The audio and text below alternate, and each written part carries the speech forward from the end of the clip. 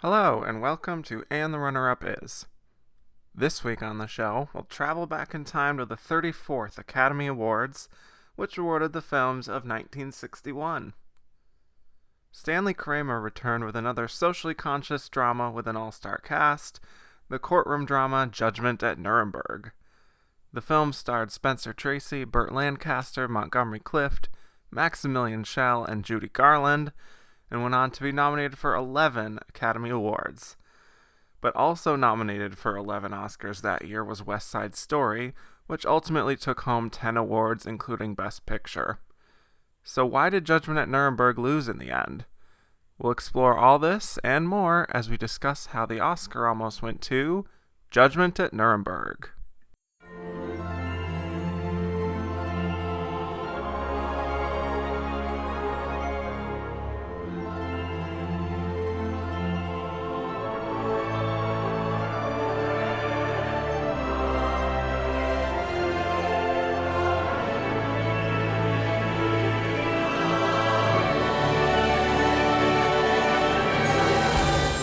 And welcome back to And the Runner-Up Is. I am your host, Kevin Jacobson, and today I have brought back a grizzled veteran once again of the show, who you first heard talking with me about The Curious Case of Benjamin Button and the films of 2008, later joined me for Moonstruck and the films of 1987, also invited back for some current Oscar coverage. A few months ago now. And you also very recently heard him talking about Manchester by the Sea. Please welcome back to the show from Gold Derby, from the Awards Connection, Andrew Carden. Hey, Kevin. Hey. Ready to talk Judgment?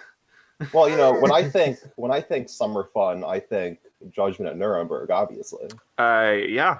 Nothing quite says summer like Judy Garland testifying in a courtroom. Yes. Yes. So today we are indeed talking about Judgment at Nuremberg, which lost Best Picture to West Side Story, a very different kind of film, which we will certainly get to. So let's just jump right in to a quick summary of Judgment at Nuremberg. It is a courtroom drama based on the 1959 TV episode of Playhouse 90.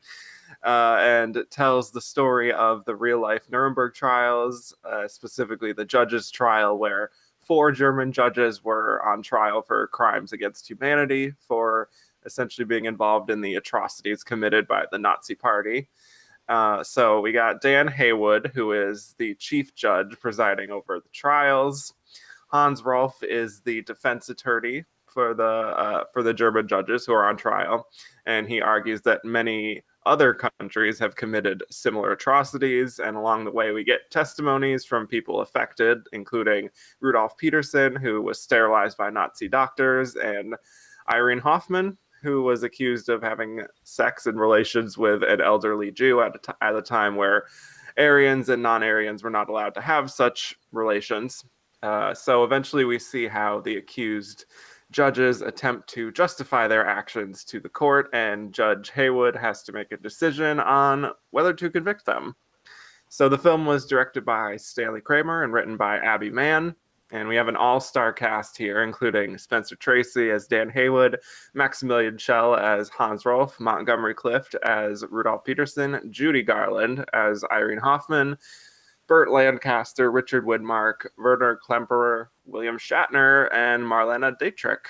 So Judgment at Nuremberg made $10 million at the U.S. box office, was nominated for 11 Academy Awards, winning 2, but not Best Picture. So Andrew, let's talk Judgment at Nuremberg. What are your thoughts on this film? Well, I think like so many Stanley Kramer pictures, it's ultimately a rather middle-brow effort that thinks it's a lot more earth-shattering than it actually is. I think that it's also at least half an hour too long. It's a far longer endeavor than the old Playhouse 90 production was, which I think clocked in at about an hour and a half. Yeah, so this is double that. Yeah. And Stanley Kramer is not he's not a filmmaker with much in the way of visual flair. Ultimately, the production often feels very stage-bound, even though they try to expand it outside of the courtroom. But at the same time, while there's certainly no shortage of qualms that I have with the picture, I still see it as a must-see because of some of these performances. You have 2, maybe 3 performances in here that I would argue are Oscar win-worthy. And for them alone, I think it's ultimately essential viewing. And I think it's especially essential viewing for fans of Judy Garland's and Montgomery Clift's, given these are probably, well, these are 2 late career performances that are really among their best dramatic work. So I think, for them alone, even with the issues that I may have, and certainly countless others have with this picture, it's ultimately something you really have to track down and see at some point. Yeah, so this, believe it or not, was my first time seeing Judgment at Nuremberg. For one, I don't love longer pictures, so it's always kind of a commitment to sort of sit down and seek it out and just watch it for 3 hours, and that was the case here. Oddly enough, my first real entryway into it for a long time was just knowing that this was one of Judy Garland's final performances. And so there was always some interest there, but I'd never really gotten around to it. So I finally see it this week, and I was actually quite affected by this in many parts. I think the best part about the film is just kind of how it presents these shades of gray with each character, I think, and even the judges that are on trial for these crimes. They're able to sort of justify what they did by sort of contextualizing their thought process through it all. And, yes, there's still gigantic atrocities on an epic scale, but it shows kind of how human beings like you and me can kind of get to that point of somehow being able to justify these horrible acts in your own head, even if it's clearly very morally wrong. And I like how the film doesn't necessarily depict those men as 2-dimensional sort of evil Nazis who are just unambiguously awful and just deserve to be convicted. And there's like no ambiguity there. I think by the end, that they do still kind of deserve their fates, but it also paints a very realistic picture of these trials. I do agree that the visual flair of the film is nothing to write home about by any means. It's very stagey. It's basically television feeling for most of it, which is not necessarily a knock, but certainly doesn't help the film to kind of feel like the less than the 3 hours that it is. I feel like you do kind of feel it by the end that you've been through a lot. Like, this is a huge experience, but I will agree that the acting on the whole, I think from most everyone in the cast is really top notch, including down to the supporting performances by Montgomery Clift and Judy Garland, who are only in the film for about 10 to 15 minutes each, but really probably had the most lasting impression on me, oddly enough. So I did want to actually, since we're on the topic, get into these performances specifically for Judy Garland. Obviously, like I said, one of her final film roles, and I think you can really feel the weight of time and everything she's been through with this role, and she, I think, was able to convey that even in her performance. Yeah, and it's in a lot of ways, I think it's a surprisingly restrained performance. This isn't really an over-the-top scenery-chewing piece of work. Ultimately, her performance in a way does feel like an Oscar scene, just because she's just so affecting and heartbreaking. But considering some of her other efforts, around this time, and considering her last performance, I Could Go On Singing, which is just like 2 hours of scenery chewing, I think that Stanley Kramer actually does a pretty fabulous job of reining her in to just the right notes. And she really does take us on this roller coaster ride of emotions, her evolution to being able to put herself out there and to go into the courtroom after a lot of reservations and her husband's reservations. And ultimately, Judy she really does knock it out of the park. And at the time, even Rita Moreno herself thought that Judy Garland was going to walk away with this. Little did everybody know that West Side Story was just going to steamroll. Yeah. But at the time, Judy was very much in the running for that win. Yeah, and you can definitely see why. It really does feel like one of those kinds of one or two scene performances that just completely steal the show. Yeah, I think she has this fragility to her that she feels like very brittle, and that's kind of heartbreaking to watch, especially if you're also just a fan of her in general. But I think the character is actually a really one of the more compelling ones because she kind of is in a place where she just wants to be left alone and kind of leave all of this behind her. She wants to run her store after being in prison for 2 years. But at the same time, I think she does feel the need to speak out. So knowing that it's one of her last roles makes it even more emotional. And I do think you're kind of almost hanging on every word that she says through this. And you're just rooting for her, essentially. So, Yeah, if anything, my issue with performance is that there's just not enough of her in the film. You could base an entire picture around the character of Irene, and it would be so yeah, compelling. really. Ultimately, I think an issue with a lot of these performances in the film is that they're kind of, as memorable as they are, they're also kind of lost in a film this long. When Hmm. you're a 10-minute performance in a 3-hour picture, it's tough. I mean, it's hard enough when you're a Beatrice Straight in Network and you're in, 2 hours and change, but you add an entire hour onto that, and you leave this picture, and Irene isn't in uh, the latter half of the film too much. Yeah. So she's at once very memorable, and at once I think she's kind of consumed by all the proceedings around her. And I think that's the same case with the Montgomery Clift character, who enters a little bit earlier on in the picture, so he's even a little bit more forgotten toward Yeah. the end. Right. And he's even more disadvantaged by kind of the Oscar voter who's looking at all these films. And Yeah, like you see Judgment at Nuremberg, and he's in like almost like the tail end of the first third, it feels like, yep, and then just disappears for 2 hours. And so right. it's definitely hard to sort of still contend after that. But I do think that he really should have in a major way because he is so just haunting here. I feel like is the word for it. You can see everything he's going through, how it feels to have the life basically sucked out of him almost. He's been sterilized for being feeble minded, I believe is their word for it. And he's just kind of looking for compassion.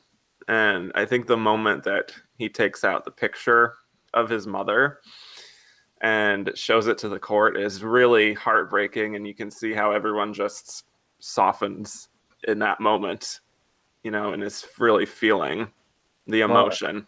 it's all the more devastating a performance knowing all that Montgomery Clift himself was going through at this time. He talks in the film about he feels that he's, half the man he once was. And Montgomery Clift himself had been in this awful car accident that essentially left his face maimed, and he ended up having plastic surgery that made him look, like an entirely different person. And, he fell into substance use and addiction. And, when Rudolph Peterson talks about being half the man he once was, you can't help but think that that really comes from a personal place with Montgomery Clift himself as well. It really makes the performance all the more impactful and powerful. And just watching him just squirm in his seat the entire time, Mm, he's so convincing. And I know that he and Stanley Kramer um, didn't really get along very well on set. Montgomery Clift was battling substance use and struggling to remember his lines. And ultimately, the performance is really something of a miracle because he really does completely nail it. And credit to Stanley Kramer, who again manages to rein his star in and get exactly the performance that's required. And ultimately, I think it's some of the best acting that Monty Clift ever did, which is, it's saying a lot. mm-hmm.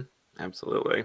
And it bums me out a little that neither of them would actually win for this, neither him or Judy Garland, because I almost feel like the narratives themselves would be compelling enough to give them a win, but Right. And at the time, folks, if you look back at the news coverage, folks thought that either Clift or Jackie Gleason was going to win. mm-hmm. George Chakiris was barely even in the conversation, but man, West Side Story just swept everybody along. Yeah, there was nothing stopping it Yeah, in literally every category except for screenplay, of course. yeah. Yeah. So other performances, we definitely have to talk about the one who did win, Maximilian Schell. I think he's really something here. He really makes a huge impression, kind of as this defense attorney who's willing to say whatever it takes, say anything. He crosses the line a few times. He's kind of attempts to point out the hypocrisies of condemning these judges while looking at the other atrocities committed by other countries. Gives you something to think about, I think. But also, I love that the film allows him some internal life as well in a few scenes where he is very self-aware in what he's doing, and he doesn't always like what he's saying. He doesn't really want to be saying these things, but he feels like he kind of has to. So it's another really complex, layered kind of character in this film. Yeah, when people, according to my grandmother who saw this in theaters, when people went to see in Judgment in Nuremberg, they went in and they expected, Spencer Tracy, Judy Garland, Montgomery Clift, Burt Lancaster to Right. really just own this film. But the performance they were talking about when they left the theater was Maximilian Schell's. And he's so magnetic in this role. And for me, I'm not completely in love with the performance because I think that there are moments where he's a little on the bombastic side, kind of playing to the last row of the balcony. And I suppose that that's, intentional. I also think that an argument could be made that he's more supporting than lead. Yeah. Um, We got a but question about that later, so we could talk yeah, about yeah. that. Ultimately, though, it's a very memorable performance, and kudos to him for managing to kind of steal this film away from Spencer Tracy and Burt Lancaster, who were certainly the box office draws, getting people into the theater seats. But ultimately, everybody was talking about Schell when they left, and most people haven't even heard of Maximilian Schell before, so it was kind of like a overnight star kind of thing. Yeah. And we've certainly seen narratives like that happening with the Oscars and with people kind of being like, oh, I know all these stars. This is why I'm going to the film. But then you watch it and you see this person who you don't really know, and it makes a big impression on you, and you kind of want to root for that person in a sense. And I think that helped his Oscar campaign, certainly. Yeah. And the person he was competing against, of course, is Spencer Tracy, who is pretty much the proper lead of the film. Very much embodying this judge as thoughtful and sturdy and someone who really doesn't take his job lightly, and I think he's willing to hear both sides and goes through this journey of sort of trying to figure out how these people who seem perfectly like decent human beings could just get so wrapped up in this twisted ideology. And it's not necessarily like a flashy performance by Spencer Tracy, I don't think. And that's, you can see why he could be overshadowed by someone like Maximilian Schell doing his thing, shouting to the rafters in a sense. But I think he definitely fills the role well. Yeah, I think Tracy's in good form here. I don't really consider this one of his better turns. I think he's almost a little bit too laid back compared to some of the other performances here. Yeah. To the point where he kind of fades into the background at times. And I don't think all of his scenes outside of the courtroom necessarily add a ton. I do like the rapport he has with Marlene Dietrich, who's really quite ravishing in this film. Yeah. But ultimately, all of the Tracy scenes outside of the courtroom are what kind of pad this to its oversized length. And I think that some of them probably could have been edited out or down to bring it at least down to the 2.5 hour mark. Yeah. So, as much as I love seeing Spencer Tracy on screen, I wouldn't even consider this his best performance in a Stanley Kramer picture. I think he's in better form in both Inherit the Wind, which was a Kramer film, and also Guess Who's Coming to Dinner, which was, of course, his final picture, directed by Kramer. Right. Yeah, no, it's not a flashy role, and I would agree that he doesn't necessarily elevate it much beyond what's written for him, but it's still kind of a good sort of constant, sort of stable presence, I think, in a film dealing with a lot of high emotion. Yeah. But yes, I guess we could just really briefly touch on Marlene Dietrich here, who is the widow of a man who was killed by the Allies, I believe. And I think she certainly has that sort of allure and the the glamour in a film that's certainly quite stark in many ways. Uh, I I'm not sure how needed her character is necessarily to the full picture, but is certainly kind of a captivating presence nonetheless. I don't know if you would agree. I agree. I think she has great chemistry with Tracy, and Mm-hmm. watching these two veterans have scenes together is certainly terrific. I'm kind of surprised she wasn't nominated for Best Supporting Actress because she does have more screen time than Judy Garland. I certainly think she could have snuck in there over some of the other nominees. But ultimately, I do agree. If you're going to cut scenes from this film, probably cut some of the ones involving her character because ultimately it's not really an essential one to the film. Yeah. But at the same time, it's great seeing her on screen and working alongside Tracy, who I think she has a great rapport with. Yeah. That's actually a good thing we could kind of transfer to is maybe whether we think all of the non-courtroom scenes, if they help to sort of break up the film in a way that makes it compelling, or if you think maybe if we just had the entire thing in the courtroom, maybe that could somehow be even more interesting or kind of, draw you in a little more than if they broke it up. Do you have any thoughts on that? If I'm not mistaken, the Playhouse 90 was set almost exclusively in the courtroom and Mm-hmm. ran about an hour and a half. Now, I've never seen the Playhouse 90 production. I think it's virtually impossible to track down these days. But for folks who have seen it, I understand that they tend to prefer that over the Stanley Kramer version, which, again, it pads its length by adding in all the Tracy scenes outside of the courtroom.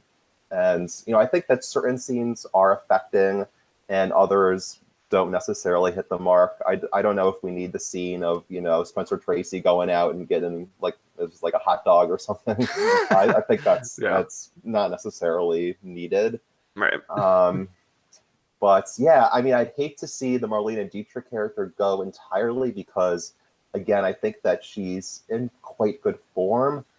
But at the same time, I think I would cut some of those Tracy scenes out on the outside. I do think that it helps alleviate some of the stage boundness of it all, Yeah. but it still feels pretty stage bound overall. Mm-hmm. And that actually is a good point that it does feel like kind of what most of the people who are adapting stage plays do when they transfer to films is like adding a lot of scenes that are like outside and different locations, but I don't know if they necessarily add as much to the actual point of the film. Right, in Fences, for instance, we see, Yeah. Denzel Washington, he goes to work, he goes to the bar. Are those scenes necessary? Not really, Right. but, you're just desperate to get out of that house. So. Exactly. Yeah. Yeah. We also, I do want to talk about Burt Lancaster here, who does not get a nomination, oddly enough. I think, oddly enough, because I think his character is one of the more interesting ones to watch progress throughout the film because he's very quiet for a long portion of this. He's playing Jannings, one of the accused judges. I think he really builds and builds, and I think his guilty conscience really starts to weigh on him and to the point where he has to get on the stand, make a statement kind of against the what the council is kind of wanting him to do. Uh, but that's a really powerful scene, I think, where he's contextualizing how he could have let this happen and sort of talking about how Germany was facing this economic crisis and there was a fear, this economic anxiety essentially that led people to do some desperate things and go along with ideas that were once thought unimaginable and people never really thought it was going to reach such a point, but it's almost like the frog in a pot of boiling water sort of thing where it just gets incrementally worse and worse and suddenly you're boiling and you don't know how you got here. And so I think there's some interesting parallels we can make, possibly in what's happening with America at the moment in that regard. And so I found that scene where he's unraveling exactly how he justifies it in his mind to be uh, easily the best scene for Burt Lancaster, but one of the best scenes in the film.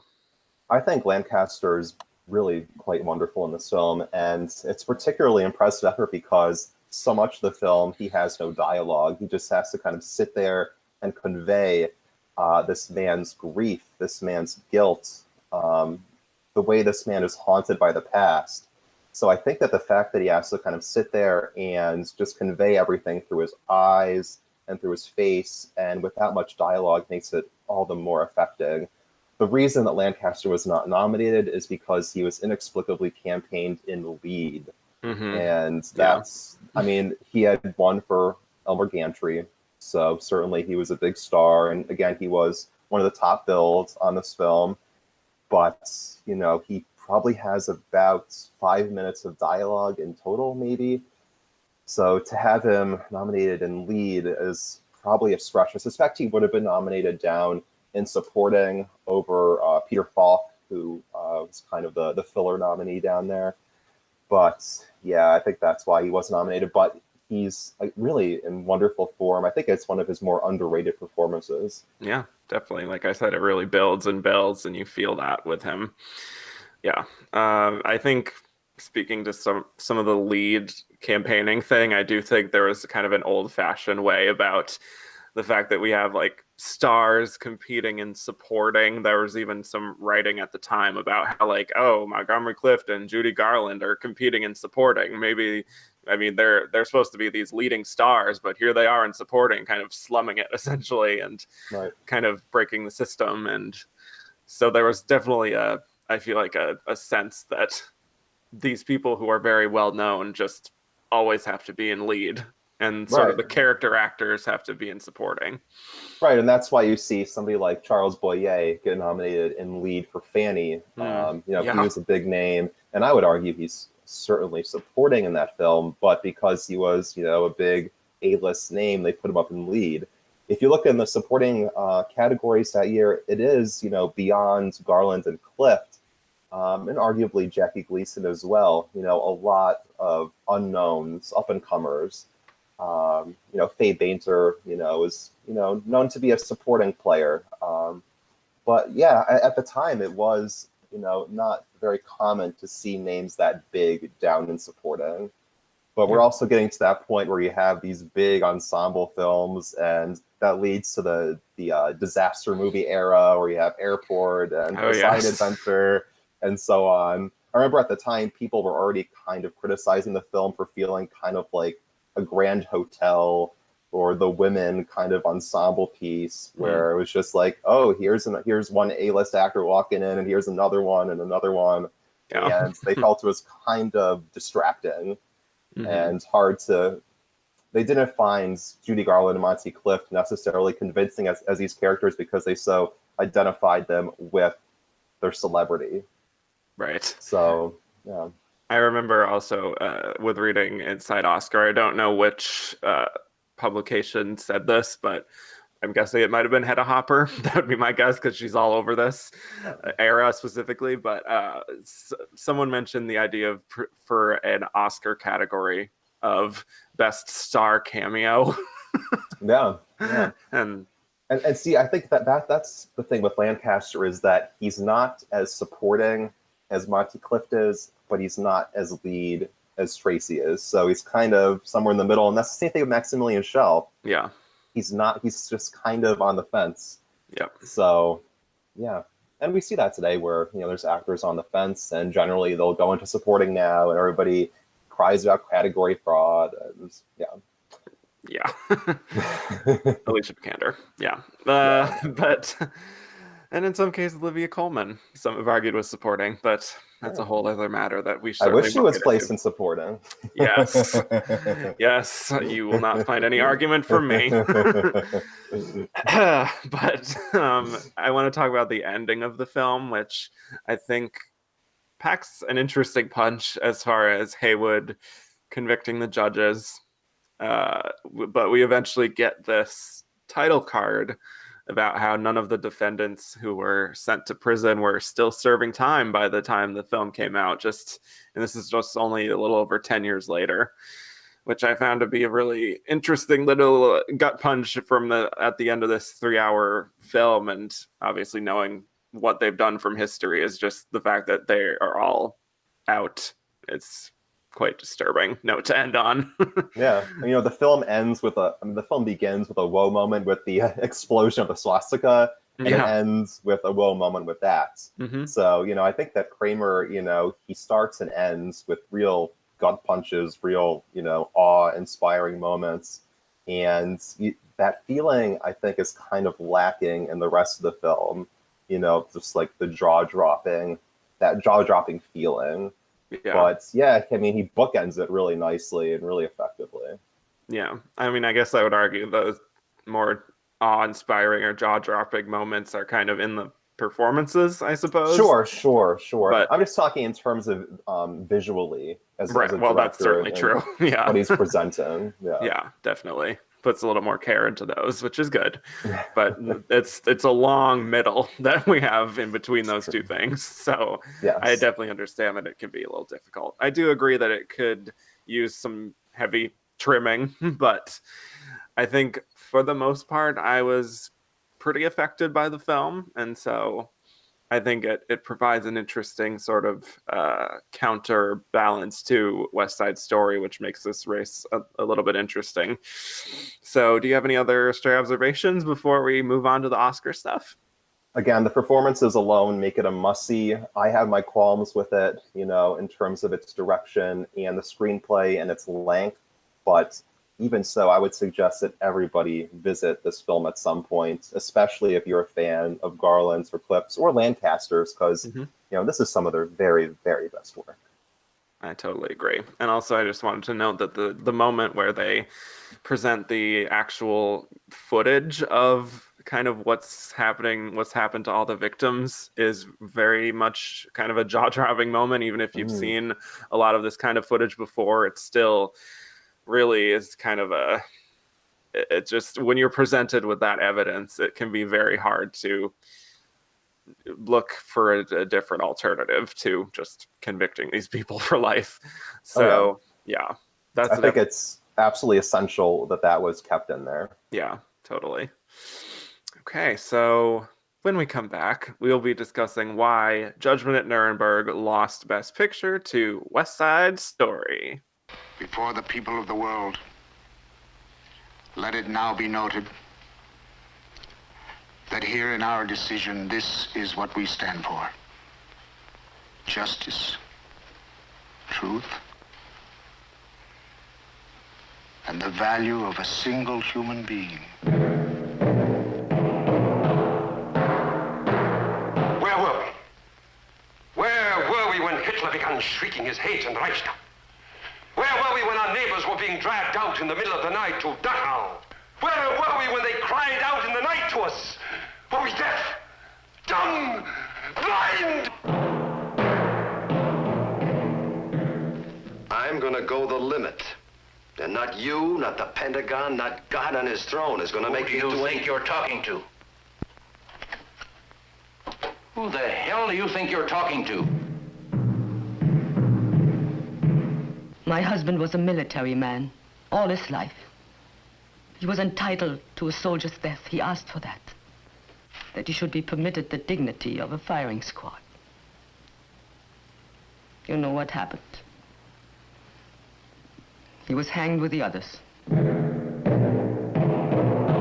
It is easy to condemn the German people, to speak of the basic flaw in the German character that allowed Hitler to rise to power, and at the same time, comfortably ignore the basic flaw of character that made the Russians sign pacts with him, Winston Churchill praise him, American nationalists profit by him.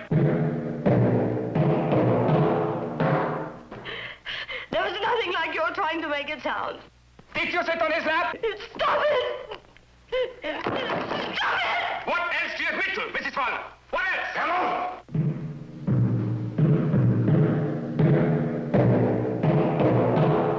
I want that you tell me, was she feeble-minded? My mother. I feel it is my duty to point out to the tribunal that the witness is not in control of his mental processes. I know I am not. Since that day, I've been path I've ever been.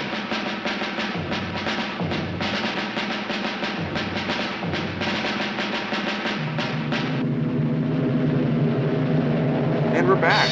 So now we will be discussing why Judgment at Nuremberg lost Best Picture to West Side Story. Judgment at Nuremberg was nominated for 11 Oscars, including Best Picture, Best Director for Stanley Kramer, Best Actor for Maximilian Schell, Best Actor for Spencer Tracy, Best Supporting Actor for Montgomery Clift, Best Supporting Actress for Judy Garland, Best Adapted Screenplay, Best Art Direction, Cinematography, and Costume Design, all in black and white, of course, and Best Film Editing. And it walked away with Best Actor for Maximilian Schell and Best Adapted Screenplay for Abby Mann.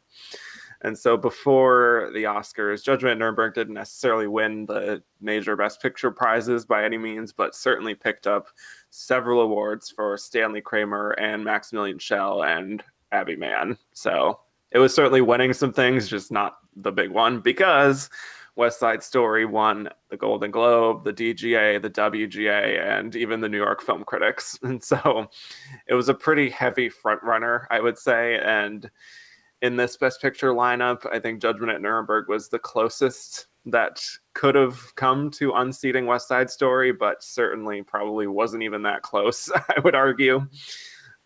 So first of all, why do we think that West Side Story was the big victor that won 10 of its 11 Oscars this year? Yeah, so I mean, if you look at it just in terms of nominations, you would think, oh, Nuremberg, West Side Story, both with 11, this is going to be a barn burner, too close to call. The difference is that West Side Story was far more commercially successful than Nuremberg. It was the second highest grossing film of the year, behind 101 Dalmatians. Of course. Whereas Nuremberg was the 15th highest grossing of the year. And this also comes pretty much smack dab in the middle of an era when the Academy is really loving movie musicals in Best Picture. Mm-hmm. You know, the likes of Gigi, Oliver, My Fair Lady are winning the top prize. And, you know, in my opinion, West Side Story is superior to all of those pictures. For sure. So, you know, you consider its commercial success, the Academy's admiration for musicals, and just the fact that it's a far more vibrant and enjoyable endeavor than Nuremberg. And it's no surprise that West Side Story succeeded in as spectacular a fashion as it did. Right. Yeah, I think this is pretty much a no-brainer as far as West Side Story winning, even if it's not necessarily on the level of like the capital I important types of films. It still is just, you can't really deny it for its visuals, for its really splashy sort of performances, and the tragic love story at its center is very compelling, I think, even for men and women. And so I just feel like, you know, it's one of these films that Hollywood has to be like very proud of the fact that they made it. Essentially, like they take pride in the fact that they could adapt this story and make it as exciting as the musical itself. And Rita Moreno alone, I think, would be like enough for me to be like Best Picture, because I think she's just absolutely phenomenal and totally in the pocket. I don't think it's necessarily like the perfect movie, because I think kind of some of the lead chemistry is not necessarily there. Yep. But overall, it just leaves you kind of just exhilarated, I think, by the end. And Judgment doesn't really do that as much. And it was also directed by Robert Wise, who is just beloved by the Academy, and who also did Sound of Music, which is another Best Picture winning fabulous musical, and was written by Ernest Lehman, who's one of the all-time great screenwriters. And then, of course, Jerome Robbins also co-directed it, and he's one of the all-time great legends of the stage. So, I mean, gosh, everybody was falling head over heels for this, besides Pauline Kael, who didn't give it the greatest review, but that's not terribly surprising. Yeah, that actually, you know, that fits right into kind of the narrative of what was happening. But right. Yeah, not really much to say as far as just why West Side Story wins. It's just spectacular and box office hit. Everyone loved it. That's pretty much it. But as far as Judgment at Nuremberg, kind of as an alternative, I do think it could sort of be like the thinking man's alternative sort of thing, where, like I said, kind of the importance factor probably weighed heavily on people, and you could see why with all the nominations that it had a lot of support, and a lot more support than the other three Best Picture nominees, presumably, other than Wouldn't maybe The surprise me Hustler. if Nuremberg, had the most votes among actors alone, just because there's so many people in it. Exactly. And it earned so many nominations. But in terms of, the various, designers of films and directors and so on, I think they would have been far more enamored with something like West Side Story, which compared to Nuremberg is such a vibrant, colorful, enjoyable, enchanting experience, and just like delicious to look at. Yeah. And I also just think kind of on an objective level, just artistically more daring, and oh yeah, just, yeah, I mean, the use of even color alone, color was certainly sort of, it is slowly being introduced and being presented in more films, and the way they use kind of even the transitions in West Side Story is really interesting. Even today, I think they're very interesting.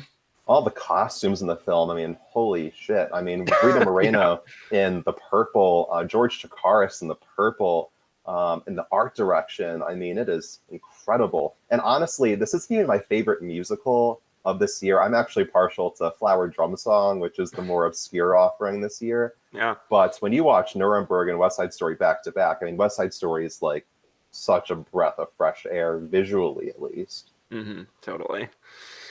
Yeah, so I want to get to a few questions for both of these films. First of all, we a little bit covered this already, but I just wanted to cement it. This was from Ronnie Castle. Maximilian Schell, lead or supporting?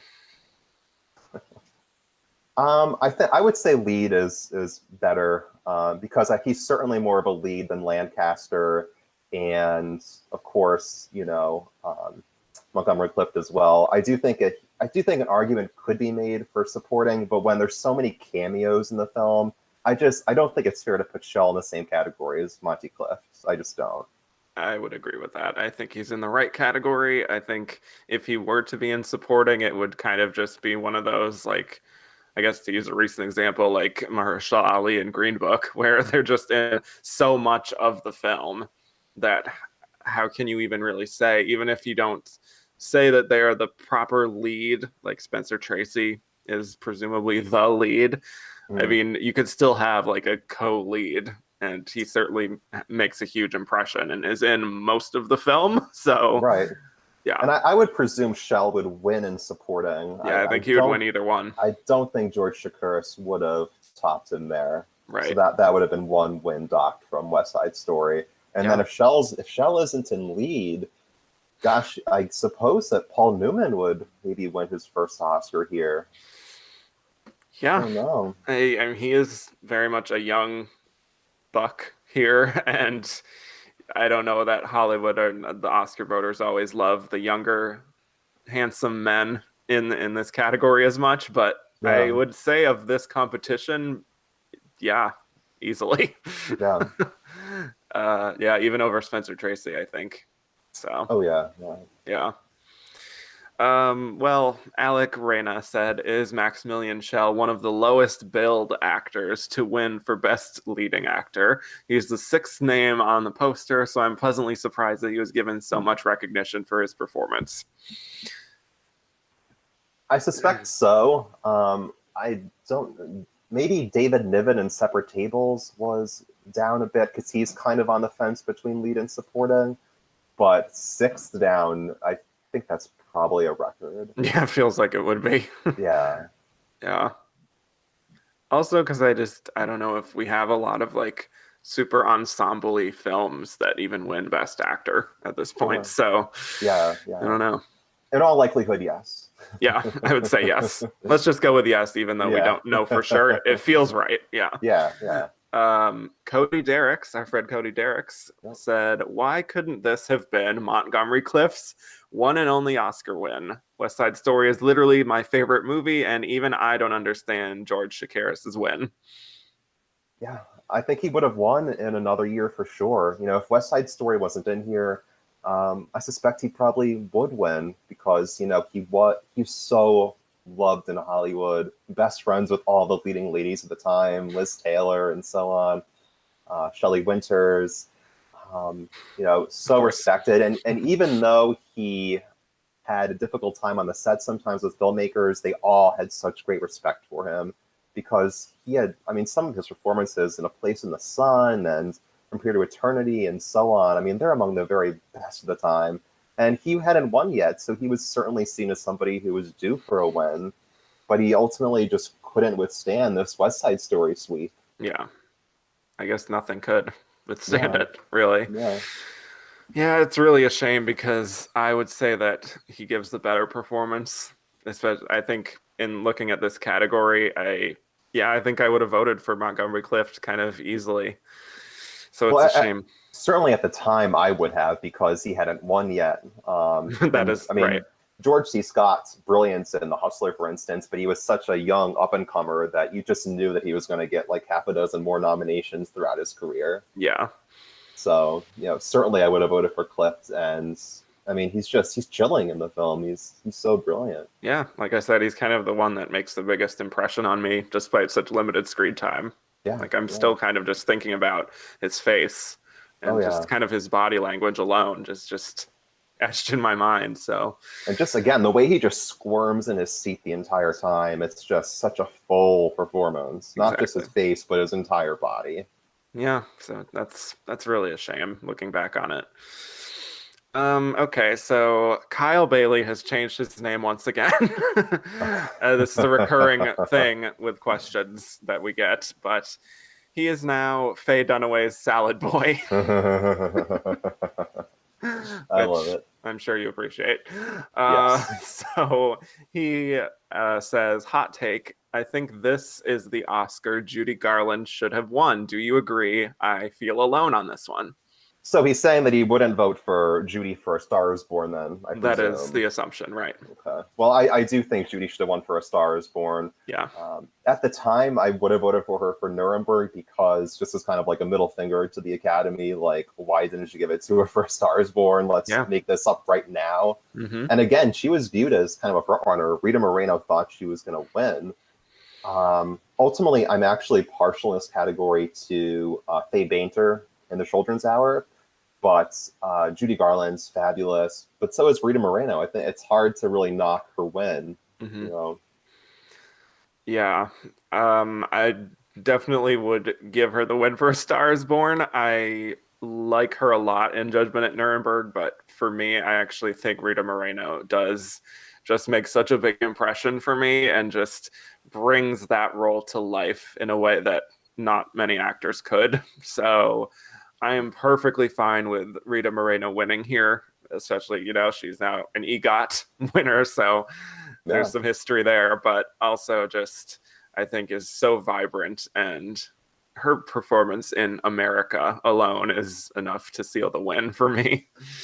Oh, yeah, and I think she by far gives the best acting in West Side Story, which is a film that isn't full of great acting across the board by any stretch. No, I agree. She nails it, and I think especially in the second half, she's, I think, one of the only people in that film that really has a grasp on the dramatic material and doesn't play it over the top, go overboard. I think she's just pitch perfect in tone throughout. So, as much as I admire Garland here, I think that the Moreno win is a deserved one, and I think it's a tough win to knock. You know? Mm-hmm. Yeah, I think we're both kind of in agreement as far as wanting to give these actors who weren't given their due finally get them their due. I think we could both probably agree to that sort of sentiment, but at the same time, when you just look at what Rita Moreno does, she's one of my favorite supporting actress winners of all time. So it's another tough call. She's great. Yeah. So let's see. This was from Mark Lamb, who said, never Oscared, Garland and Clift lost to the West Side Story actors. Do you think Garland was still being punished by the MGM execs and now WB, parentheses, A Star is Born not recouping, for being quote unquote difficult? I suppose there was a small handful of folks, producers who we're not going to be voting for Judy Garland for those reasons, but I suspect it was a very slim portion of membership. Yeah, I think would hope that so. Garland lost because the performance is just so small. It's, Rita Moreno has probably 3 to 4 times the screen time, and it's a much more, I wouldn't say showy, it's just a much more vibrant and colorful and enchanting performance. Garland is heartbreaking, but again, it's, about a 12, 13-minute performance in this 3-hour epic, and I think gets kind of lost in it. Yeah. It feels like apples and oranges looking at their performances, to be honest, because they're doing such different things for the most part. Because, like you said, Rita Moreno does have a lot of really fascinating dramatic material by the end. But yeah, it's one of these things where you wish you could reward both of them, but it's just so hard to pick, Jackson DeStefano, this is our last question on Judgment at Nuremberg, said, do you agree with the 4 actors that got in for Judgment at Nuremberg? Anyone you would have wished to see taken out or added? Well, I certainly would have nominated Garland and Clift, obviously. Shell's, I'm not too keen on Shell winning an Oscar for this performance. I think he's quite good, but again, I think there's certain moments where he goes a bit overboard. Tracy, I don't know if I would have nominated him. I'd have to look at kind of a long list of the contenders that year because I think he's been in better form. I wish I could nominate Burt Lancaster for this, but to put him in lead where he was campaigns, I think is kind of a stretch. Although I do prefer him to Tracy, so I suppose I would have nominated Lancaster over him. But again, the screen time's really not there, and again, he barely has any dialogue in the film. Right. Yeah. Though I agree. I would actually nominate Burt Lancaster in supporting. I almost wonder if he could have even won with that, but I don't know. I guess I'm fine with Spencer Tracy. Like I said, I think he provides what the role requires. I guess that's not enough, but looking at kind of a long list, I agree, would probably help in that regard, because I'm sure there were better, more dynamic performances in Best Actor that could have gotten in there, but yeah. Yeah, I do wonder, I suppose that Richard Beymer may have been 6th, maybe, for West Side Story. Yeah.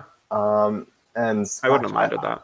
Yeah, I think I actually would have preferred Beymer over Tracy there, even though I don't think that he has the most electrifying of chemistry with Natalie Wood. Right. I think he's pretty good, though. Yeah, he's good on his own. Yeah. Well, speaking of West Side Story, this was from Jeffrey Kerr, who said, what are your thoughts on Steven Spielberg's upcoming film reboot of West Side Story? I'm not terribly looking forward to it just because I think that Spielberg's recent efforts have been kind of on the lackluster side. I wasn't terribly fond of The Post, for instance. But I suppose if he could, one-up the original, it would be with the lead performances and the chemistry between them. I'm very skeptical that he's going to stage them any better than Robbins and Wise did, or he's going to find supporting players that are as spectacular as the likes of Rita Moreno and Russ Tamblyn. So I'm certainly a little on the skeptical side, but I'll certainly give him a chance. I mean, Spielberg's directed some of my favorite films. Those films just happen to be decades and decades old at this point. Right.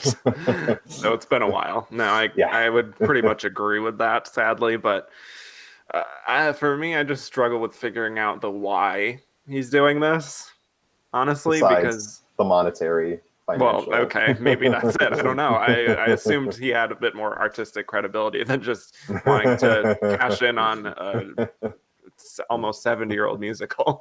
But I don't know. I'm curious because Rachel Zegler, it seems like a big talent that I think could provide an interesting performance over presumably better than Natalie Wood in that role, who is, as we know, kind of, well, she's not Puerto Rican, so for one thing, there's that, but is just can be a little bit inert sometimes for me. But yeah, cautiously optimistic just because I think Spielberg I don't think he's ever just made like a totally awful movie for me.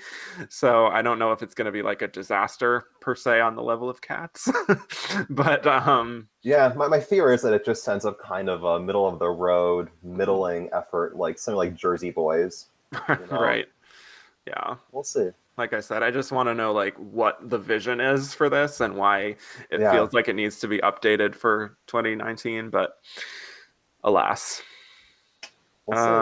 Yeah, so let's move on to other Best Picture nominees from this lineup. The one that certainly interests me the most out of these three is The Hustler. And that is actually another one that had a lot of support with the actors in the Academy. I believe there were, how many? 4 performances nominated here. So just like Judgment at Nuremberg. The Hustler, I love. I think The Hustler is a really compelling character drama just about very complex people who are at this point in their lives, even though some of them are on the younger side of just feeling down on their luck and just kind of going through the rigors of life. And I think I would imagine if this was released now or if Film Twitter was around back then, The Hustler would have a lot of support because it does feel like one of those coming of age sort of character dramas discussing a lot of interesting themes. So I love Paul Newman in this. I love Piper Laurie in this. I think she's amazing, kind of as a really fragile woman who her entire arc is so tragic for me, and I really feel it through her performance. Yeah, Paul Newman is great. As we know, he would later go on to win for playing this very character for Color of Money, which many saw was kind of the overdue sort of not great win for the film, but good for him for his film career, all of that. Jackie Gleason is great. He was just coming off of The Honeymooners. George C. Scott, like you said, really makes quite an impression as well. So what are your thoughts on The Hustler?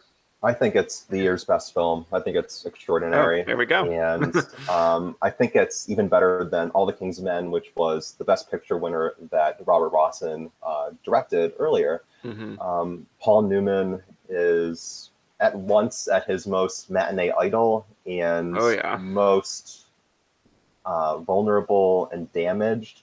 I think it's an all-around extraordinary performance, and Piper Laurie is incredible and a complete 180 from some of the work she would later do on the likes of Carrie, Twin Peaks, etc. Oh yeah. And this was her last performance that she did before Carrie. She took I believe about a 15-year hiatus. That's right. From the screen. So these are back-to-back performances, which is crazy. She's amazing. I do think she's, again, on the fence between lead and supporting. I almost wonder if she would have had a shot down in supporting. Probably not. But I could see the argument. But I think she's just devastating either way. And Jackie Gleason is intimidating and just has a commanding screen presence. And then George C. Scott is brilliant too. I just think it's one hell of a film and leaps and bounds superior to The Color of Money, which I think is one of Scorsese's honestly worst films. Yeah, that's fair. I haven't seen it in a while, but I don't remember necessarily loving it. So yeah, I don't know if I want to revisit it, but yeah, there's not a lot of like Color of Money stands out there, but we did get several questions that I wanted to just get to here from Drew Chouanier, who said, do you think Newman was the victim of Academy's long-held bias towards young Best Actor winners, particularly with the double Nuremberg nods and The Hustler overall popularity? Do you find it surprising? Well, Maximilian Schell was pretty young too, for what it's worth. I just think Newman, he was still relatively new to the industry. He hadn't built up a ton of nominations to the point where he was, viewed as due or anything. And clearly, I think they just preferred both West Side Story and Nuremberg to The Hustler, ultimately. I think that they knew that there would be more opportunities to award Paul Newman. and that this just wasn't quite the time yet. But I don't know if it was just an age thing because, again, Shell was so young too. Yeah, maybe it's just kind of the leading man matinee idol sort of thing that you were alluding to that might have hurt him a bit. Yeah. The slap the stud syndrome, as yeah, it were. I mean, that's not to fault Maximilian Schell, who was, a very good-looking guy too. And I think that people were surprised by how captivated they were, and almost, I wouldn't say enchanted by how charismatic he was in that role. Yeah. But, certainly there were going to be more opportunities to nominate and hopefully award Newman, so they decided to wait. Yeah, it took a while, but yeah. Yeah. From Joe Gouveia said, George C. Scott or Jackie Gleason in The Hustler. I personally picked Scott between the two, but Clift is my supporting actor winner that year. Yeah. I think that Gleason is just so naturally intimidating and just has this hefty screen presence just when he walks onto the screen. Yeah. I don't know if he's really having to stretch his acting chops that much, whereas I think that George C. Scott's just such an intense actor, and he can play so many different kinds of roles, and he's just so cold, and he nails it. I think I'm partial to Scott of the two, but I'm ultimately, I think, partial to Clift over both of them. Yeah, I would agree with that. Clift over everyone, but George C. Scott has the more complex sort of character work to do, so I think that naturally elevates it. But I would also say one factor maybe in Jackie Gleason's non-favor is the fact that he was just coming off of The Honeymooners, with maybe sort of the TV bias might have affected things as far as his own Oscar chances. Same thing that dogged Mary Tyler Moore many years later. Yes, as we know. Couldn't escape the sitcom label. Yep. Yeah. So I think that was probably a big factor in why he doesn't win. Because I would also say what Jackie Gleason does is kind of a sort of a typical sort of supporting actor, kind of a win, sort of that sort of magnanimous presence. I don't know. I think there's something about that character that just feels like it would be like a supporting winner, but ultimately there just isn't quite enough there. It really does. I mean, with a name like Fats Domino, I mean, yeah. And again, people thought that Gleason or Clift were going to win. So they did not think that West Side Story was going to sweep the way it did. Yeah.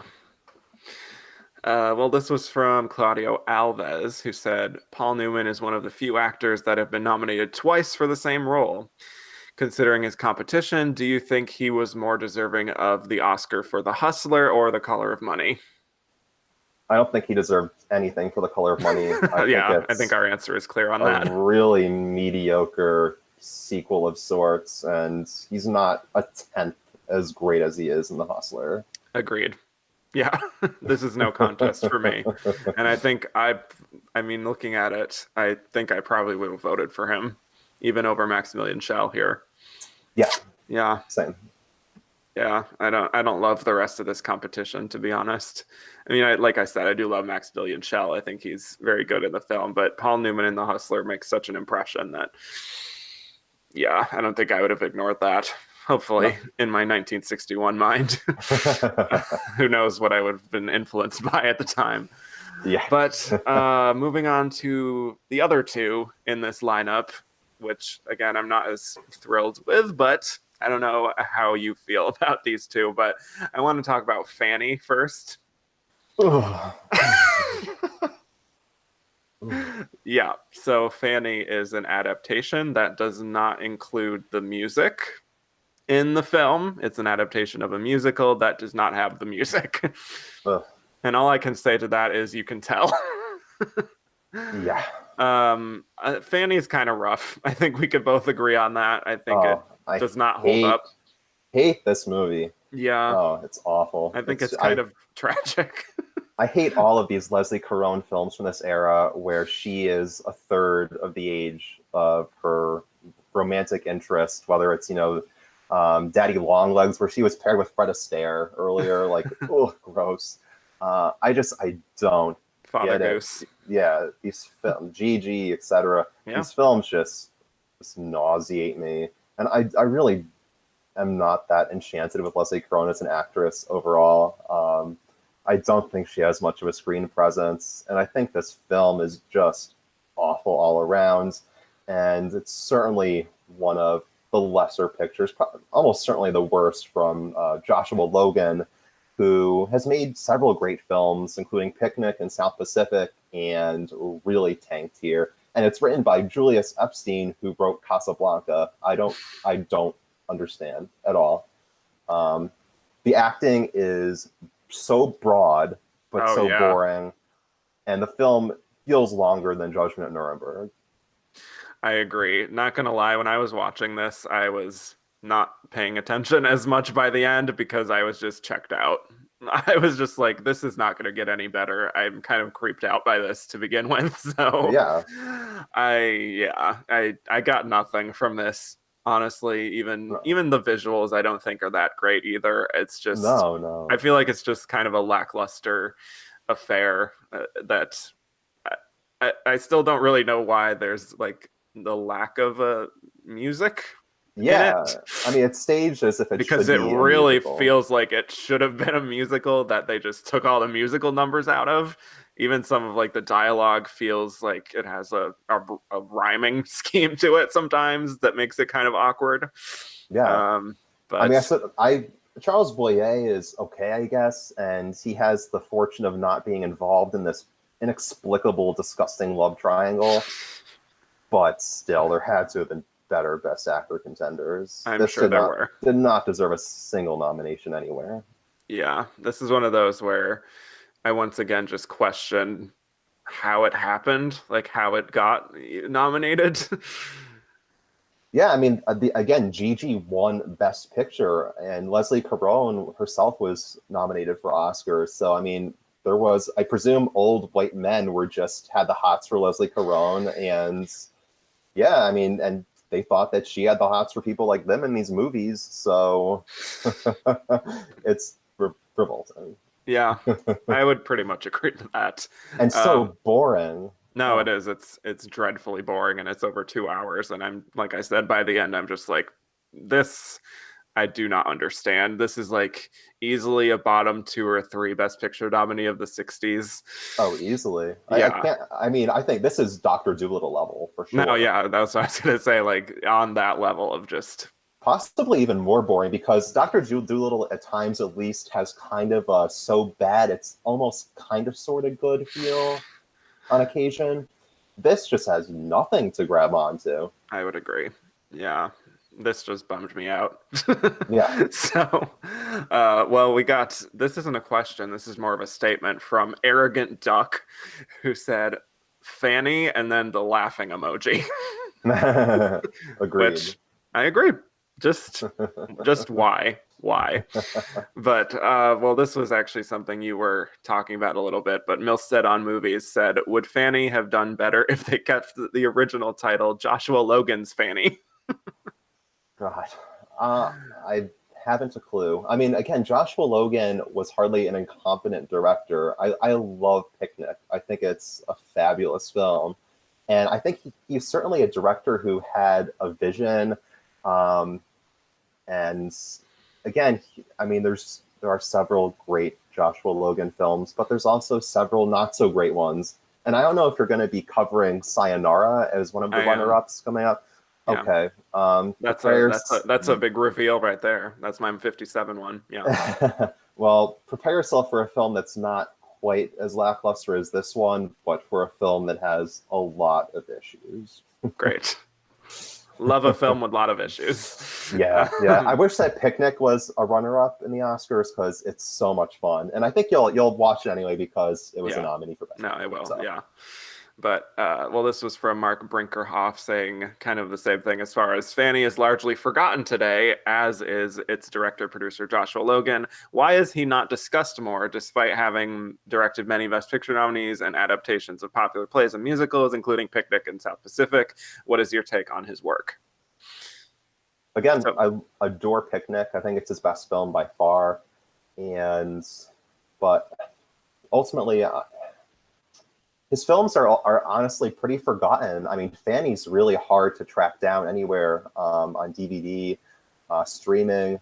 But Sayonara is pretty forgotten. Picnic is sadly forgotten. South Pacific isn't really up there with Sound of Music and West Side Story as these,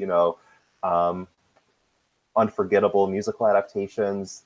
He was certainly a director with some talent, but ultimately his films just aren't as legendary as other ones from this era.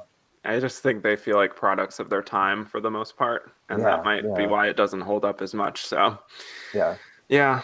You will enjoy Picnic, though. Picnic is a blast. I mean, William Holden, and the whole time he's just shirtless, and Rosalind Russell. Holy cow! You will enjoy that.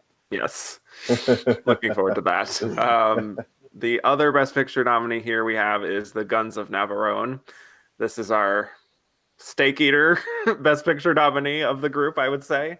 Certainly the sort of the most testosterone filled film, where we have Gregory Peck, David Niven, Anthony Quinn, really kind of the sort of war epic adventure sort of film in the race here that isn't much like the other four, really. So certainly sticks out for that. I was okay with The Guns of Navarone. I think there are parts that are kind of interesting and adventurous, like everything with the cliff I found to be kind of fun to watch, but overall it didn't necessarily leave a giant impression on me.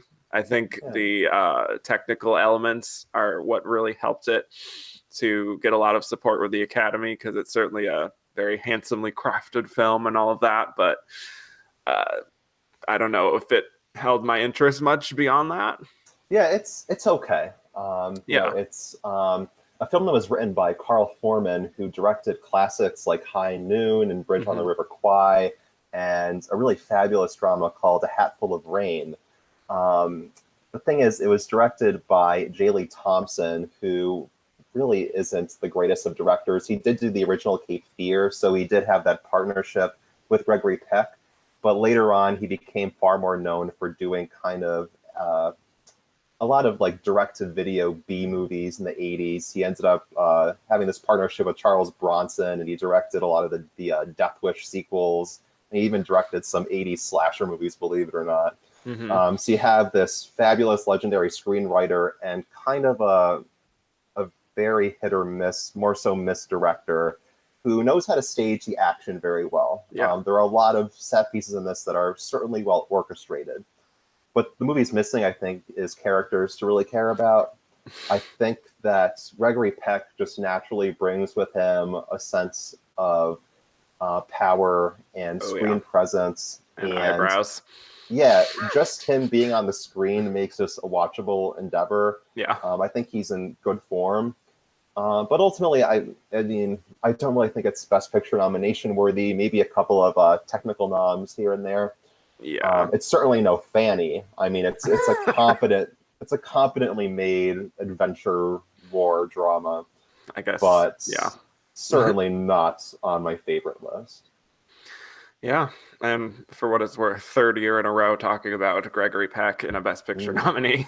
Oh yeah, and there'll be more. One, To Kill a Mockingbird, and now this. There's more to come. So excited for the era of Gregory Peck. I'm a big fan. An interesting Best Picture lineup where I would say two of them definitely don't hold up by any means. One of them, obviously, West Side Story, has more than endured the test of time, and I think is worthy of the Best Picture win. And The Hustler, I think, comes pretty close to it, but it's just the spectacle that puts it over the edge for me with West Side Story. And Judgment at Nuremberg, I think, is pretty deserving, even if it's not quite on the level of those two.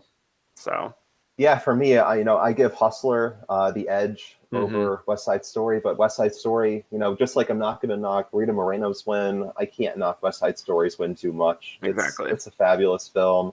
Not a perfect one. Again, not even my favorite musical of this year, but it's a pretty damn good musical. Yeah. So let's get to other films from 1961. Should have been a contender. Films not nominated for Best Picture or any old film that came out in 1961, really. So, Andrew, what's on the top of your list?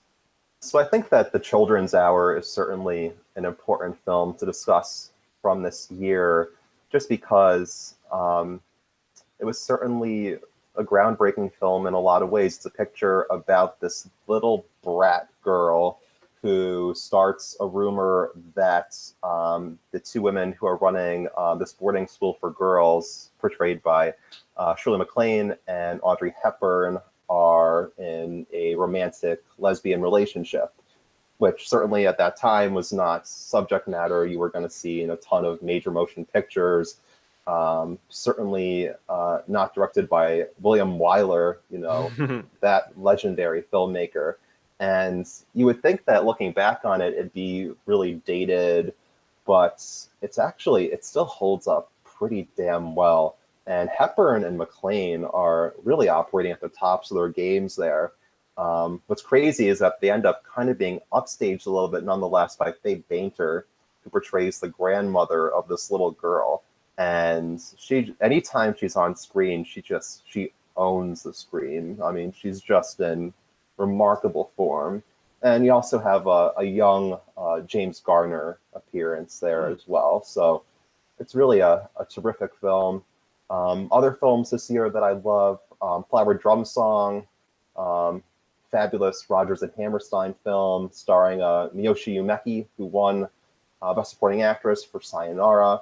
It's just as vibrant and colorful as West Side Story, and I think has pretty much just as great a score. It has classics like I Enjoy Being a Girl and Grant Avenue, and just some other fabulous ones too that you wouldn't realize were from that musical. Other films this year that I love, The Misfits, which is the last Clark Gable film, as well as the last Marilyn Monroe picture. And Montgomery Clift's in there as well, and he's in great form.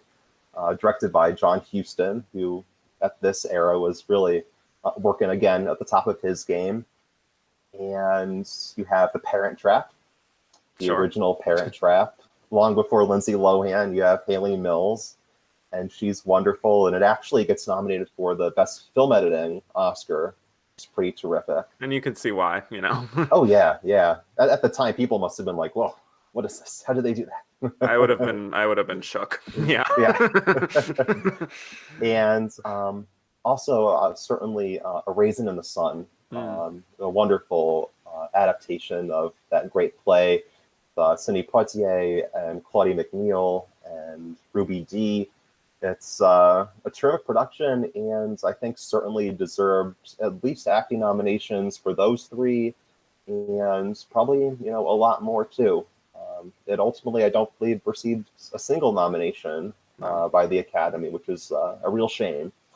But I think in terms of other films from this year, I think that those are probably the five that that most stick out for me. Interesting. Yeah. Well, I want to talk about the Best Original Screenplay winner, which is Splendor in the Grass. And this is the other Natalie Wood film here that she gets nominated for. Rightfully so, I would say, over West Side Story for sure.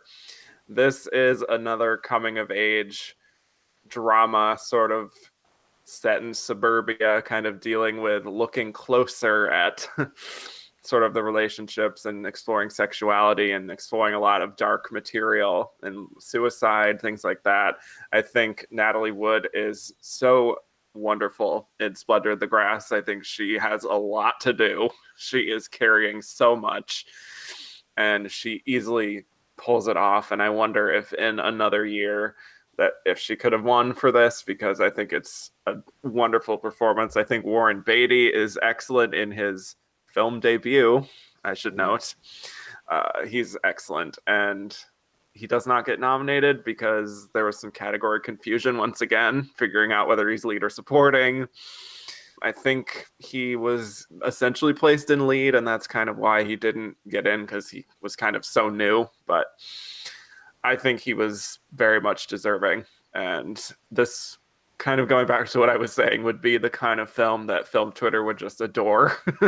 Yeah. Because, like I said, kind of the coming of age stuff, the exploring young sexuality in a very frank way, especially for 1961, I think was very refreshing. So, yeah, I think it's a terrific picture. I think that Warren Beatty would have been a plenty deserving nominee. Mm-hmm. And I think that Natalie Wood in the right year certainly could have won. I think it's another great film written by William Ing, who did Picnic and who did Come Back Little Sheba, which is one of my favorites as well. So, yeah, I think it's certainly among the best films of this year as well. Yeah, and I wish it could have gotten into Best Picture. I think it represents something very interesting for the year, that it could have easily replaced something like Fanny and just cemented sort of the blooming sort of summer of love sort of thing that was going to be happening in the 60s. Yeah. So that's that. Yep. I do think we should not go without mentioning Breakfast at Tiffany's, because as we know, it has certainly reached this sort of iconic status merely because of Audrey Hepburn and her style, of course, and her very confident sort of performance. It certainly is not a perfect film, especially for the Mickey Rooney stuff, which is just next level awful as far as just, oh God, it just sends a shiver down my spine even thinking about what he's doing in that film. But I think Audrey Hepburn is rightfully sort of reached that iconic level with this performance, that I understand why she became such a fashion icon. And I love Moon River. I think that's a beautiful, gorgeous song, one of the best original songs that there has ever been. And I mean, the other lead, George Peppard, is not necessarily compelling, but like I said, I think kind of just for the Audrey stuff is kind of an essential watch for film history. Just a total star performance in that film. I mean, it's so iconic. I mean, you can't go to a college dorm and not find this poster in at least one person's dorm. And the costumes are fabulous, and it's a very pretty looking film. I do think that Hepburn is stronger in The Children's Hour than here. I really think The Children's Hour is really more of a stretch of her acting muscles, whereas this is her coasting a little bit more on charisma, which she has plenty to spare. Yeah. And the Henry Mancini score is fabulous. Moon River's a wonderful composition. And it's a film that the title theme is really great, I think. Oh, yeah. It's a film that I definitely like more than love. The Mickey Rooney stuff is just insane. Still. It's crazy. I can only imagine what, these college students think of that performance when they actually watch Breakfast at Tiffany's after reading the poster. Yeah. Like, what is this? I'm going to shout out a friend of mine who was on this show before, Ashley Cuss, who joined me on the LA Confidential episode. Her Breakfast at Tiffany's is her favorite movie, even though she will fully admit that those elements are very problematic. But she's kind of obsessed with the film, and we had like a movie night with me and my friends, and she showed everyone Breakfast at Tiffany's just because most of them hadn't seen it before. They had just seen sort of the iconography. But I do remember the sense of like that film was like darker than I thought it would be. Yeah. And, has a lot of interesting elements that don't necessarily hold up. But yeah, certainly a sort of a landmark film for 1961 for sure. La Dolce Vita is nominated for Best Director. This was Federico Fellini. Yet another film that does very well in the Best Director race, that we got a question that we can sort of bounce off with that from Claudio Alves, saying the nods and wins for Two Women, La Dolce Vita, General della Rovere, Ballad of the Soldier, Yojimbo, etc., marks the beginning of a period when the Oscars were open to nominating foreign language films. Still, only in 1969 did one get into Best Picture. Why did it take so long? Why, for example, couldn't La Dolce Vita manage a Best Picture nomination when it got screenplay and directing nods and even won Best Costume Design? Fanny didn't get into screenplay or director and still managed a Best Picture nod. Yeah, I mean, there's certainly a history of the directing branch being more awarding of foreign language filmmakers. You see that pop up in Oscar history where they make it into directing, but the film is ultimately not in Best Picture, even if it gets a screenplay nomination to boot. Speaking of La Dolce Vita, I think that Marcello Mastroianni would have been a very deserving Best Actor nominee. Yeah, here. that would have been a good one. Yep. Yeah, and I have to imagine, given his ability to be nominated in other years, that he probably was actually pretty close to getting in. Yeah, I think he probably was, now that I think about it. Yeah. I love the structure of La Dolce Vita. I think it's very, very modern, and you can see why so many filmmakers were really inspired by what he does with this. It's another one of these films kind of about excess and what you do kind of morally and spiritually when you get to this point where you feel like you have kind of accumulated all this stuff, and then you kind of want to enjoy the spoils of it, but then you're still feeling empty. A little bit of a rich people problem sort of thing, but still is super compelling and really very strikingly crafted, and headlined by this excellent performance at the center. So, yeah, and I have to say, I mean, Best Director, I mean, that's a tough call. You have Wise and Robbins who are doing incredible work, but Fellini's in there, and Robert Rossen does a fabulous job on The Hustler. For me, it's an awfully close call among those three. It's a really good lineup outside of J. Lee Thompson. Yeah. But, it's, I would say 4 out of 5 is pretty damn good for a Best Director lineup. Well, speaking to these other foreign language films in the race, I do want to mention Yojimbo, which is a really great Akira Kurosawa film, sort of the samurai Western sort of style, and is, again, with really great striking cinematography, black and white cinematography, and is just kind of about this man who is stuck between these two feuding communities and is working with both of them and also sabotaging both of them. So there's a lot of fun stuff there. And so that's one of my favorite Kurosawa ones. I would also mention, even though Through a Glass Darkly came to the Oscars and was eligible for Oscars the next year, I just wanted to mention it here because it wins foreign language film. And another great Ingmar Bergman film. I am a fan of the Bergman. It's bleak, as to be expected, but Harriet Anderson would have made a great Best Actress nominee.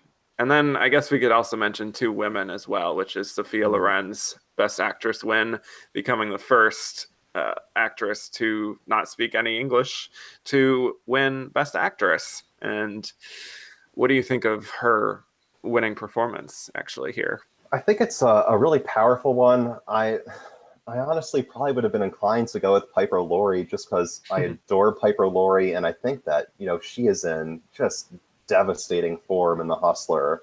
I mean, she's just so brilliant, even though it is kind of on the fence between lead and supporting. But I can't knock the Sophia Loren win too much. It's a very powerful and moving and commanding performance. And again, Natalie Wood's no slouch either. It's a pretty solid Best Actress lineup. Yeah, I think it's a great Best Actress lineup. And Sophia Loren, I feel like, deals with the most impactful dramatic material, the most kind of obvious acting style, which sometimes tends to win here. But I think she is great in the film. I think she has a lot of vulnerability, but she has that protectiveness of kind of the mama bear style that I think she's great. Looking at the lineup, I actually would probably be more inclined to rewarding Natalie Wood because I think she's really excellent, but certainly the crazy thing is that I suspect that I don't know if Natalie Wood, but possibly Geraldine Page may have been the runner-up here. I think that she won the Golden Globe and may have won some of the Critics Awards too. I actually don't think Summer and Smoke is one of her better turns, but if you at least base it on precursors, I think that Geraldine Page may have been the runner-up. Yeah, that's true. She does. Yeah, she wins the Golden Globe. She wins with the National Board of Review even. Yeah, I think you might be right on that. It's tough though, because I mean, again, Natalie Wood had 2 huge movies that year, so it could have been her as well. Kind of the sort of thing. It's like it's your year, sort of thing. Yeah. Plus, you're in the Best Picture winner, so Yeah. I'm sure that helps there. I mean, as much as I adore Piper Laurie, I suspect she was probably in 5th. Probably, yeah, because also kind of the lead supporting sort of balance wasn't necessarily. I don't know if it was conducive to her winning this, but then again, we had Patricia Neal and Hud winning, so who knows? Just wanted to mention 101 Dalmatians comes out this year. I think it's one of the better of this era Walt Disney films. Cruella de Vil is iconic. I mean, her song is iconic as well. And yeah, I think it's really colorfully, beautifully realized. And yeah, definitely one of my favorites from this era. Yeah, it's one of the all-time great Disney pictures for sure. And also remade into a great live-action film starring Glenn Close. So, my favorite. Yes. Any other films here that you wanted to bring up? Well, there's Lover Come Back, which was one of the Doris Day, Rock Hudson films, and those are all always very enjoyable. And I'd also give a shout out to The Innocents, which is a British horror film starring Deborah Kerr. Really nicely photographed. It still holds up to this day. Very eerie, atmospheric. In terms of horror pictures from this year, that's probably the top one. Yeah, I think that's probably it that I could think of. Okay, yeah, that's pretty much my top list there. So when we come back, we will be delivering our verdict as to whether we think West Side Story deserved Best Picture or if Judgment at Nuremberg should have taken it. The nominees for the Best Picture of 1961 are Fanny, Mansfield production, Warner Brothers, produced by Joshua Logan. The Guns of Navarone, Carl Foreman production, Columbia, produced by Carl Foreman. The Hustler, Robert Rossen production, 20th Century Fox, produced by Robert Rossen. Judgment at Nuremberg, Stanley Kramer production, United Artists, produced by Stanley Kramer. West Side Story, Mirish Pictures Incorporated and B&P Enterprises Incorporated, United Artists, produced by Robert Wise. Mr. Miller, if you please. The winner is West Side Story.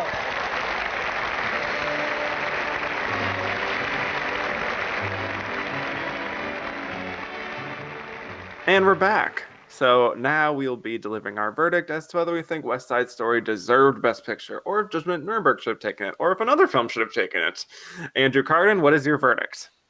Well, I think West Side Story is a plenty deserving winner. It's so beautifully staged and designed, and it's so vibrant, colorful, and just all around enjoyable. It's a hard Best Picture winner to knock.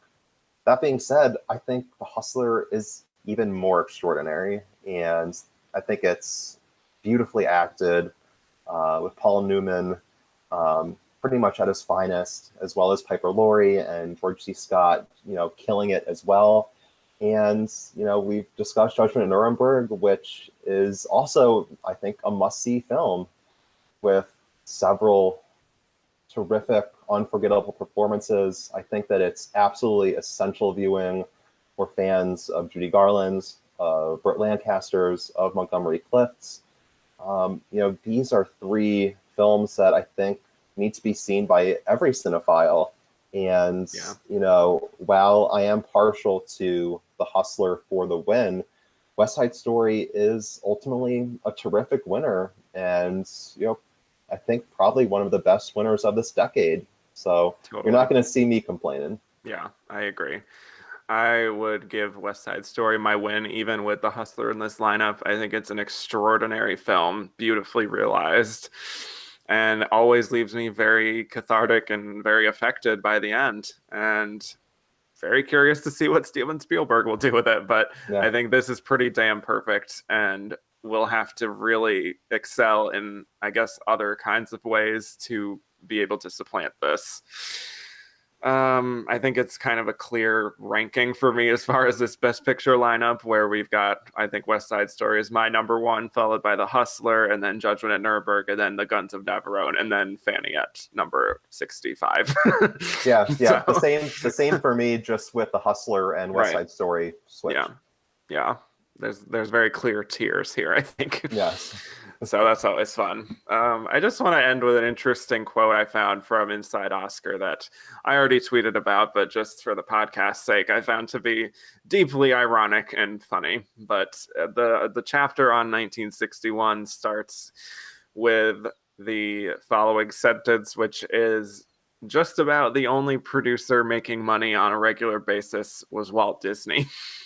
Yeah. Which I found to be chilling almost in seeing how just history has repeated, and we are now at the exact same point where it's basically just Disney is pumping out these films that people want to see, and nobody else is really getting to that point. So it's timely to say the least. It really is. The more things change, the more they stay the same.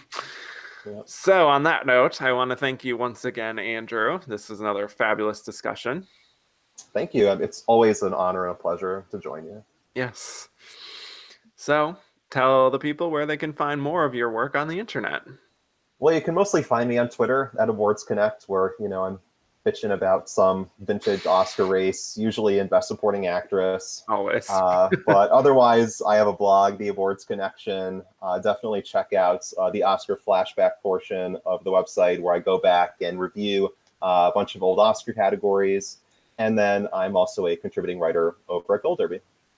Can I just say, I don't think I've ever mentioned this on the show, but I do think your blog is very good. And I love your 100 best performances nominated for Oscars of all time. You. I think that was really excellent and well-researched. And I love your number one pick, which I will not spoil for these purposes, because I want people to check it out. You have to go to the Awards Connection and click on Oscar Flashback. You'll see a beautiful photo from 1982 of Streep and Lang with their Oscars. And then, that'll just give you the feeling of what's to come with all of these lists and rankings. So definitely check it out. And again, I must say, Kevin, this is one of the best podcasts out there right now. Essential listening for any movie fan. And if you're an Oscar fanatic like we are and you haven't found this podcast, you need to find it ASAP. Wow. Well, thank you very much. That's very touching. I appreciate that. I love going all the way backwards. I find it to be a very fun way to just sort of essentially not necessarily like degrade as far as how films have progressed, but just it's very interesting to just go back and look to see how the early films very much influenced the later films. And this whole experiment has certainly shown me sort of how time is a flat circle is my point. So, yes. So you can find me on Twitter at Kevin_Jacobson. The show is at Oscar Runner Up. And if you want to support me and you want to hear more fabulous Oscar Best Picture talk, you can go to patreon.com/andtherunnerup.is, where you will find a bonus series such as How Did They Win, where I cover another Oscar category. I do On Second Thought, which, like I said, Andrew joined me for Manchester by the Sea. And that was one of my favorite episodes. And so, just do that right at patreon.com/andtherunnerup.is. And you can find the podcast itself anywhere podcasts can be found. So once again, thank you, Andrew. Thanks, Kevin. And I will bid you all adieu.